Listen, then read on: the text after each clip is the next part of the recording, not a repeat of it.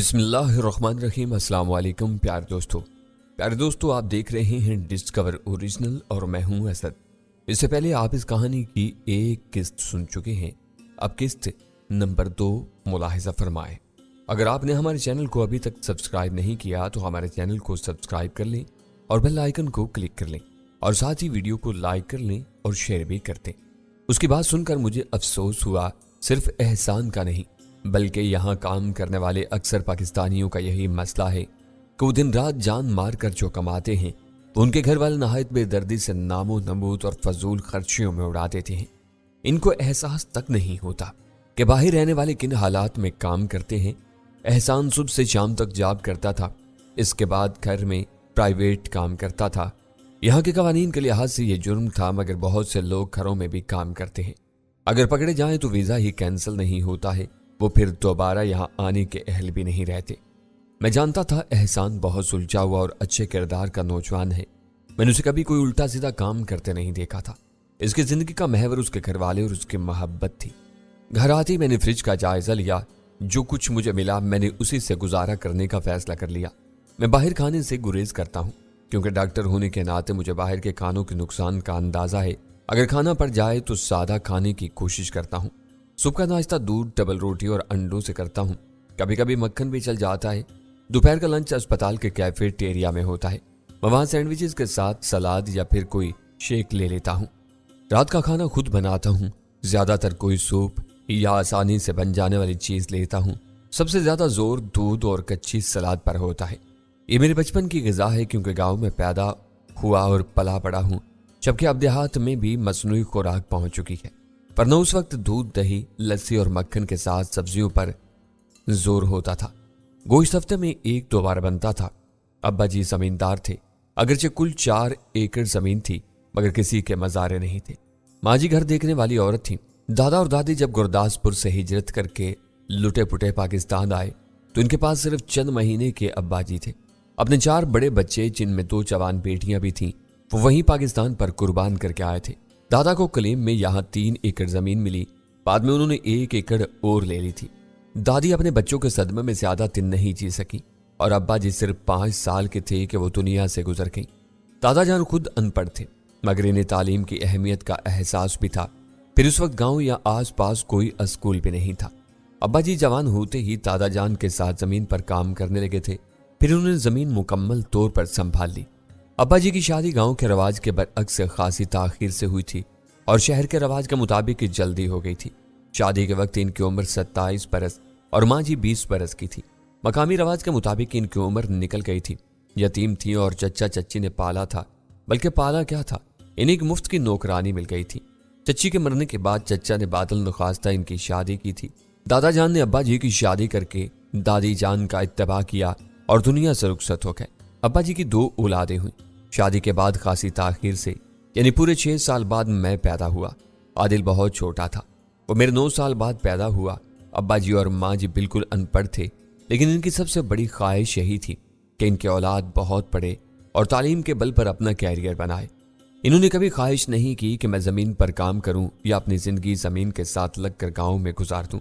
जब मुझे लाहौर के एक कॉलेज में स्कॉलरशिप मिली तो अब्बा जी और माँ जी ने मुझे हंसी खुशी रुखसत किया था। अलबत्ता आदिल बहुत रोया चिल्लाया था, इससे मेरी जुदाई बर्दाश्त नहीं हुई थी। बचपन से मेरा आदी था। 2-3 महीने की उम्र से मुझे पहचानने लगा था और उसकी कोशिश होती थी कि हम वक्त मुझ पर लदा रहे। अगर मैं बहुत देर बाद थक कर उसे कोच से उतारता तो आसमान सर पर उठा लेता था। फिर जब बड़ा हुआ तब भी उसकी कोशिश होती कि मेरे साथ साथ रहे। खुद मैं उसका इतना आदी हो गया था कि अब्बा जी से ज्यादा उससे जुदाई शाक गुजरी थी और बहुत दिनों तक लाहौर मुझे अच्छा नहीं लगा था।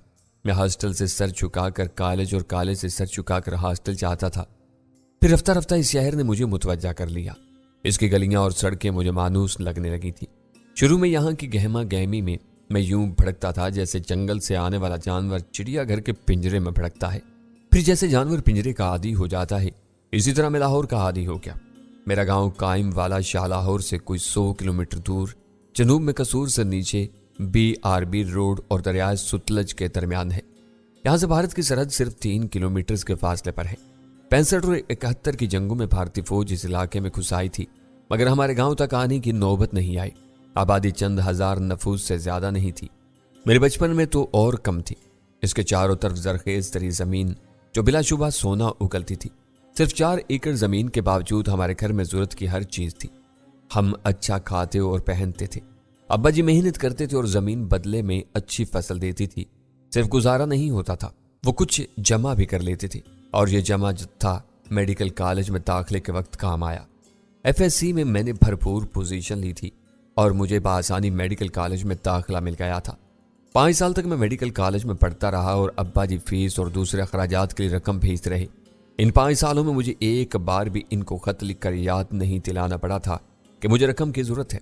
इससे पहले ही गाँव से मनी ऑर्डर आ जाता था। छुट्टियों में गाँव जाता तब भी मुझे पता नहीं चलता कि वो मुझे कैसे पढ़ा रहे थे। जब मैं आखिरी साल में आया तो मुझे अंदाजा हुआ कि कुछ गड़बड़ है। घर के हालात पहले जैसे नहीं थे और अब्बा जी अचानक ही थके हुए और उम्र रसीदा नजर आने लगे थे। हालांकि उस वक्त उनकी उम्र 55 बरस भी नहीं थी। घर के हालात भी ठीक नहीं थे। मकान मुरम्मत से महरूम था। अब्बा जी और आदिल के कपड़े बोसीदा और पुराने हो रहे थे।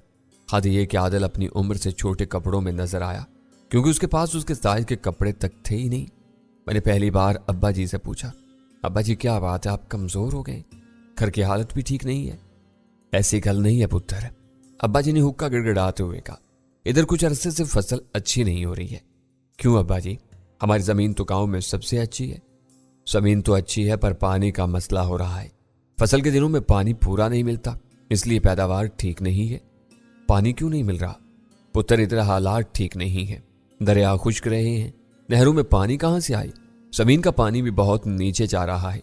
ट्यूबवेल चलाने के लिए बिजली नहीं है, डीजल बहुत महंगा पड़ता है। पर अब्बा जी इधर दरिया पास है, जमीन में पानी तो होना चाहिए। नहीं पुत्र, पानी बहुत नीचे जा चुका है। हमने इंडिया को दरिया देकर बहुत बड़ी गलती की है। अब वो बाकी दरियाओं का पानी भी चुरा रहा है। हमारी जमीनें खुश्क कर रहा है, मगर हमारे हुक्मरान सो रहे हैं क्योंकि उन्होंने जमीन के मसले मसाइल से बरसों पहले नाता तोड़ लिया है। जो यहाँ की खुराक नहीं खाते, यहाँ का पानी नहीं पीते, इनको क्या कि यहाँ जमीनों के लिए पानी नहीं है और हम अपने लिए भी खुराक पैदा नहीं कर पा रहे हैं। अब्बा जी अनपढ़ थे लेकिन उनकी बहुत सी चीजों पर गहरी नजर थी। मैंने उनसे कहा, अब्बा जी मुश्किल वक्त निकल गया है। 2 महीने बाद मेरा आखिरी इम्तिहान है और फिर हाउस जॉब हो जाएगी। इसके बाद मेरी कोशिश होगी अब सब कुछ जल्द अज जल्द लाहौर पुलवा लूं। मैं चाहता हूं कि आदिल स्कूल की बाकी तालीम वहीं हासिल करे। अब्बा जी और आदिल की भी यही ख्वाहिश थी। मैं 5 साल इनसे दूर रहा था तो वो सब्र से बर्दाश्त करते रहे थे। आदिल गांव के स्कूल में 7वीं क्लास में था और पढ़ने में तेज था। इसे लाहौर में किसी अच्छे स्कूल में 8वीं में दाखिला मिल सकता था। वापस आते हुए मैं घर की तरफ से फिक्रमंद था, मगर यह इत्मीनान भी था कि अब मुझे अब्बा जी से रकम नहीं मंगवानी पड़ेगी, बल्कि हाउस जॉब पर लगने के बाद मैं इनको कुछ न कुछ रकम हर महीने भेज सकूंगा। मेरी रहाइश बदस्तूर हॉस्टल में थी। हाउस जॉब का मरहला भी आसान नहीं था। जूनियर डॉक्टर्स को जिस तरह रगड़ा जाता है, मुझे उससे कुछ ज्यादा ही रगड़ा गया क्योंकि मैं ड्यूटी करने वाला और मरीजों से हमदर्दी से पेश आने वाला था। इसलिए अक्सर मुश्किल वार्ड में मेरी ड्यूटी लगाई जाती थी जहां दूसरे डॉक्टर्स जाने से कतराते थे। यह मुश्किल ड्यूटी ही बाद में मेरे काम आई थी। मैंने जॉब नहीं की, काम किया और हर वक्त सीखने की कोशिश करता रहा। रात देर तक आदिल से स्काइप पर बात होती रही थी। आदिल हॉस्टल में रह रहा था और एक निजी यूनिवर्सिटी में BA के 4थे साल में था। इसके सेमेस्टर खत्म हो गए थे और वो चाहता था कि एक बार फिर मेरे पास आए, लेकिन मैंने मना कर दिया। अब तुम MBA मुकम्मल करके आओगे, मैं चाहता हूं तुम इजाफी तवज्जो दो, आगे 2 साल स्टडी और टफ होगी। आदिल का मूड खराब हो गया। इसे ये जगह अच्छी लगी थी और जब वो आया तो मैं उसे बहुत सारी जगहों पर लेकर गया था। मूड हुमैरा का भी अच्छा नहीं था। गुज़िश्ता दिन उसने 12 घंटे की ड्यूटी दी थी और उसके बाद उसे फिर 12 घंटे की ड्यूटी के लिए कहा गया था, मगर वो इनकार करके घर आ गई। उसने अपने इंचार्ज का बताया कि वो बहुत खबीस फितरत शख्स था। जो लेडी डॉक्टर उससे मुंह नहीं लगाती थी, इनके साथ यही सलूक करता था। उसके हाउस जॉब मुकम्मल होने में कुछ महीने बाकी थे और उसने कहा था कि अगर ये खैरियत से गुजर गए तो शुक्राने के नफल पड़ेगी। इसका मूड ठीक करने की कोशिश में रात के 2 बज गए और फिर सोया ही था कि किसी ने कॉल बेल पर उंगली रख दी। मेरी आंख खुली और मैं झुंझला कर उठा, मगर घड़ी देखकर हैरान रह गया क्योंकि 7:15 बज रहे थे। मुझे बिल्कुल ऐसा लगा जैसे अभी मेरी आंख लगी थी। मैं चप्पल पहनते हुए चिल्लाया, आ रहा हूं, ऐसी क्या इमरजेंसी है? उल्टी सीधी चप्पल पहनता हुआ मैं दरवाजे तक आया और दरवाजा खोला तो सामने परेशान हाल एहसान खड़ा था। खैरियत है? क्या हुआ? तुम अभी तक कहे नहीं। कहां से जाता यार, गाड़ी मसला कर गई है और कोई टैक्सी भी नहीं मिल रही। सुबह का वक्त है, सब एंगेज होती हैं, फिर कैसे जाओगे? यार मुझे तुम्हारी गाड़ी चाहिए, प्लीज इनकार मत करना, उसने लिजाजत से कहा। क्यों नहीं भाई, जरूर, 1 मिनट में चाबी लाया। मैंने अंदर से उसे चाबी ला कर दी। पेट्रोल काफी है, कल ही मैंने टैंक भरवाया है, इसलिए बेफिक्री से जाओ। शुक्रिया यार। वो खुश हो गया और फौरन पलट गया। इसके पास वक्त कम था क्योंकि उसे खासा दूर जाना था। मैंने अंदर जाते डॉक्टर रणबीर सिंह को कॉल की। उसने बड़ी मुश्किल से कॉल रिसीव की और हाँफती हुई आवाज में बोला, कौन है इस वक्त? बकवास न करो, मेरा नंबर देख लिया है तुमने। मैंने कहा, इसलिए कॉल की है कि मुझे अस्पताल तक लिफ्ट चाहिए, इस वक्त मैं नर्क में भी नहीं जा सकता। उसने फौरन इनकार कर दिया। वहां तुम जाओ, अपने करतूतों की वजह से मुझे ठीक 8 बजे ड्यूटी पर पहुंचना होगा। मैंने कहा और कॉल काट दी। जब तक मैं नाश्ते से फारिग होकर तैयार हुआ, सरदार आ गया और बकता झुकता आया था। मैंने उसे दरवाजे से बाहर धकेला। वक्त नहीं है, बाकी बकबक रास्ते में कर लेना। रास्ते में उसने फरियाद की कि उसे शादी का खातर खा फायदा नहीं हो रहा था। पहले बीवी नहीं आई थी और अब बीवी आई थी तो लोग उसे बीवी के पास जाने नहीं दे रहे थे। मैंने उसे तसल्ली दी कि यह सब मुश्किलात आर्जी हैं, बीवी आ गई है और इसी की है, इसीलिए वो दिल छोटा ना करे। उसने बना कर कहा, मेरी कहां से होगी, वो अभी से मां बनने का प्रोग्राम बना रही है, दिन गिन गिन कर गुजार रही है। तब वही करना जो तुम शादी से पहले करते आए हो। मैंने अस्पताल के सामने उतरते हुए कहा, यानी मुंह काला। मैं उसकी बात सुने बगैर हंसता हुआ अंदर दौड़ गया। सरदार की रहायश एक बिल्डिंग बाद ही थी। अगर एक ही शिफ्ट होती तो हम साथ आते जाते थे। कभी वो अपनी गाड़ी ले आता और कभी मैं अपनी गाड़ी ले जाता। आज मेरी ड्यूटी असल वार्ड यानी नंबर 5 में थी। डॉक्टर साइमन बदस्तूर पुलिस की तहवील में था और इसके बारे में अब तक किसी को कुछ इल्म नहीं था। ये कोई खास बात नहीं थी क्योंकि ये यहाँ की पुलिस और दूसरे हुकूमती इदारों का तरीकाकार है। वो किसी के खिलाफ कार्रवाई की सूरत में गैर मुतलका अफराद को बेखबर रखते हैं। इस तरह मीडिया पर कोई चीज नहीं आती जब तक मुतलका हुकाम की मर्जी ना हो।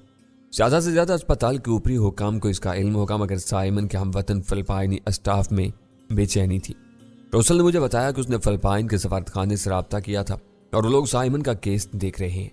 रोसल ने कहा, मुझे यकीन है कि वो बेगुनाह है। यकीन तो मुझे भी है, लेकिन हमारे तुम्हारे यकीन से क्या होता है? असल में तो पुलिस को इसकी बेगुनाही का यकीन होना चाहिए। मैंने इस बार एहतियात से ड्यूटी बोर्ड साइन करते हुए कहा, ये लोग दूसरों को इंसान कहाँ समझते हैं? रोसल ने गुस्से से कहा, इन्हें कम से कम ये ख्याल रखना चाहिए कि वो एक मुअज़्ज़ज़ डॉक्टर है। मैं वार्ड में आया और रूम नंबर 12 के सामने से गुजरा तो इस पर पुलिस की पट्टी लगी थी। उमैर की लाश पोस्टमार्टम के बाद सर्दखाने में रख दी गई थी।